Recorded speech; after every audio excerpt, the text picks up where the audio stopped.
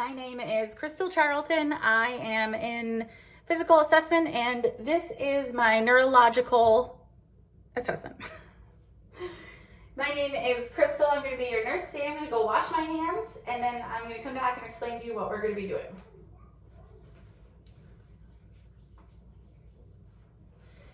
Can you tell me your name and date of birth, please? James Charlton, 11/11/83. Thank you. And do you feel safe in this environment? Yes, I do. I'm going to be doing a neurological assessment on you today. Do you have any questions before we start? No. Okay. First, we're going to be testing your cranial nerves. The first cranial nerve we're going to cover is the olfactory nerve, olfactory cranial nerve. Go ahead and close your eyes and include one side of your nose. What's occlude mean? And I'm going to pass this under your nose and you tell me what you smell. Rubbing alcohol. Okay, go ahead and occlude the other side of your nose. And tell me what you smell. Rubbing alcohol. Okay. The second cranial nerve that we're going to cover is visual. Go ahead and stand up for me and we're going to test your vision on the Snellen chart. You're at the 20-point line. Go ahead and read lines 4 through 6 for me. Okay, thank you. Good. This patient can see at 20 feet. He has 20/20 vision, so he can see at 20 feet what other people can see at 20 feet as well. We're going to go ahead and test cranial nerve 3, 4, and 6, which is oculomotor, trocheal, and abducens. Let me get my pen. You're going to go ahead and follow my pen with just your eyes, not your head.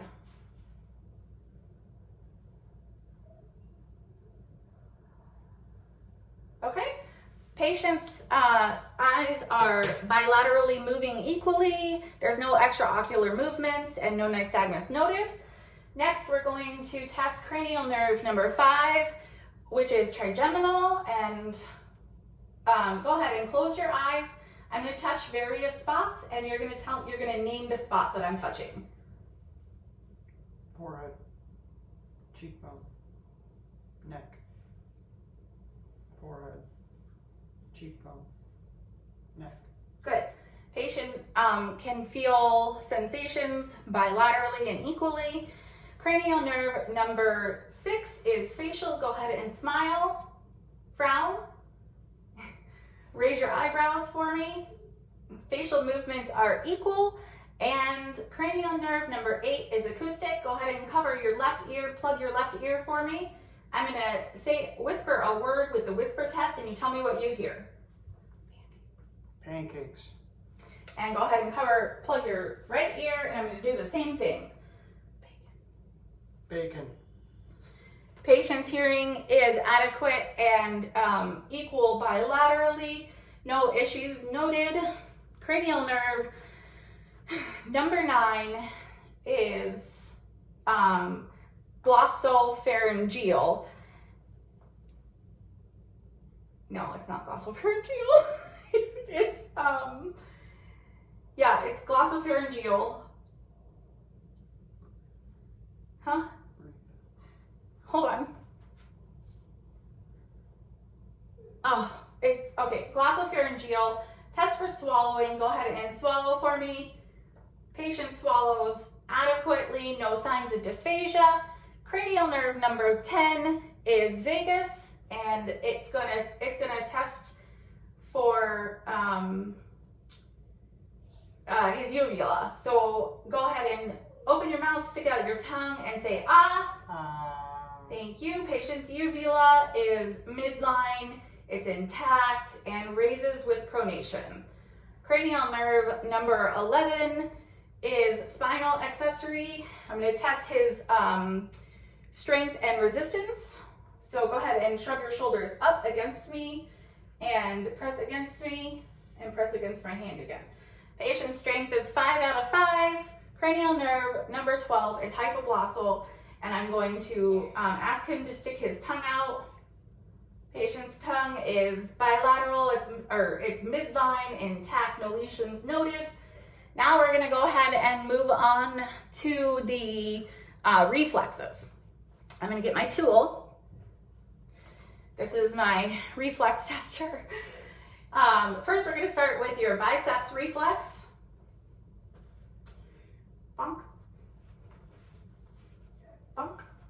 His bicep reflexes are intact bilaterally and they are 2+.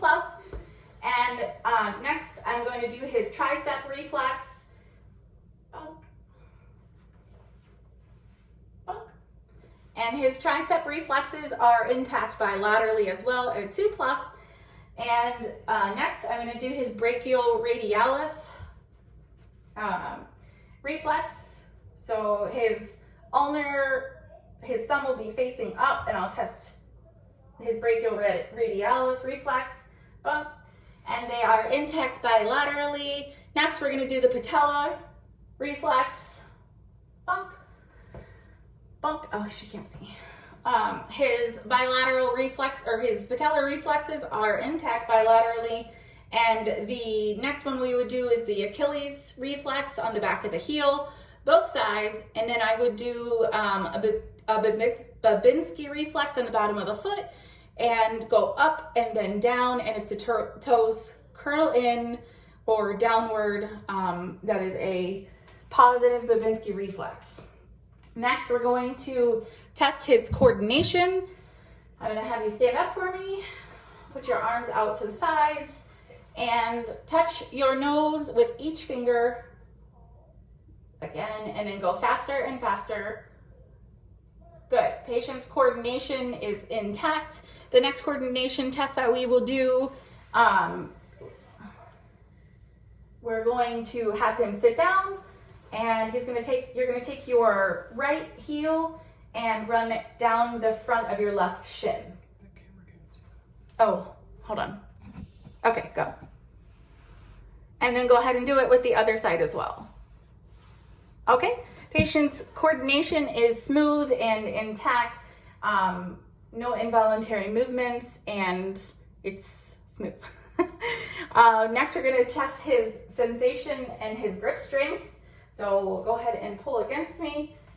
His grip is intact bilaterally, and then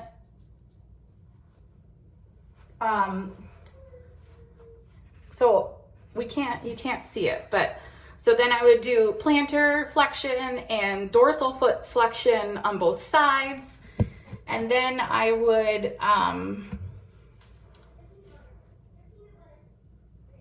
take my pen or something. I would test his sensation, and I would have him close his eyes. I would touch at least 2 areas on his upper and his lower body, and he would tell me if it's a dull or sharp pain.